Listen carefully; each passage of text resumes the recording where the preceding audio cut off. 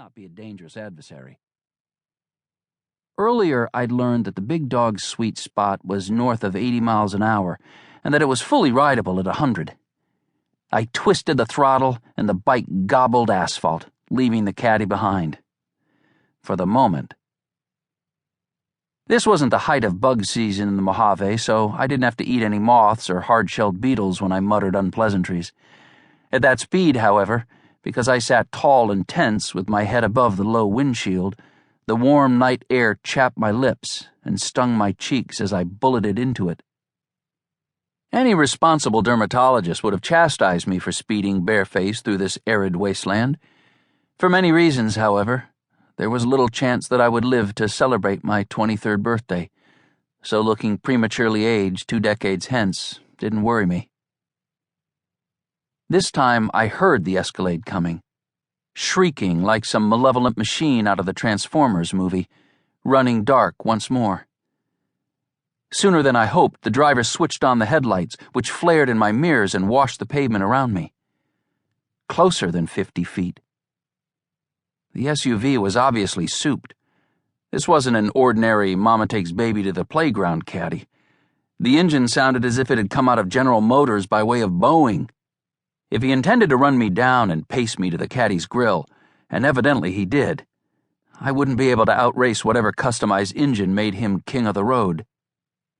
Having tricked up his vehicle with alternate, multi-tonal horns programmed with pieces of familiar tunes, he now taunted me with the high-volume song title notes of Sonny and Cher's "The Beat Goes On." The big dog boasted a 6-speed transmission.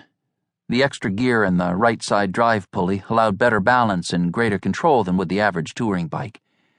The fat 250mm rear tire gave me a sense of stability, and the 34-degree neck rake inspired the confidence to stunt a little, even though I was approaching triple-digit speeds. Now he serenaded me with the first 7 notes of the Kingsmen's Louie Louie, and then again. My one advantage might be maneuverability.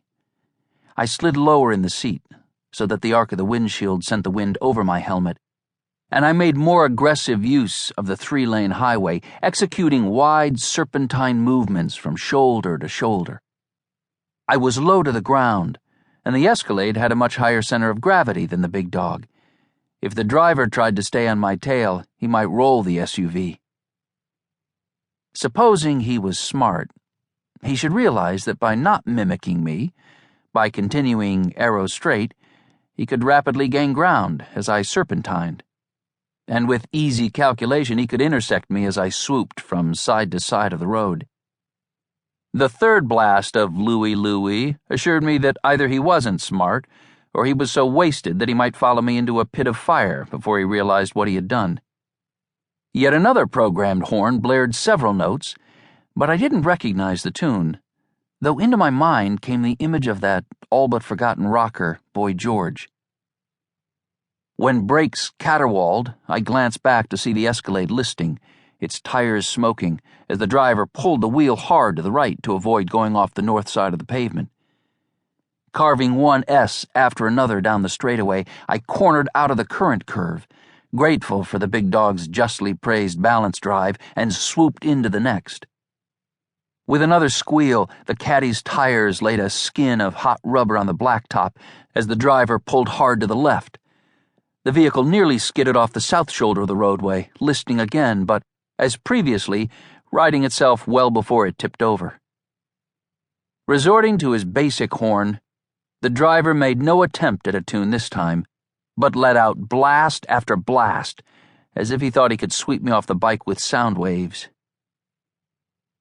Recounting this, I might convey the impression that I remained calm and collected throughout this pursuit, but in fact, I feared that at any moment, I would regret not having worn an adult diaper. In spite of whatever drugs or beverages had pushed the SUV driver's crazy button and filled him with murderous rage, he retained just enough reason to realize that if he continued to follow my lead, he would roll the SUV. Arrowing down the center of the 3 lanes, he regained the ground that he'd lost, intending to intersect my bike between connecting curves of my flatland slalom.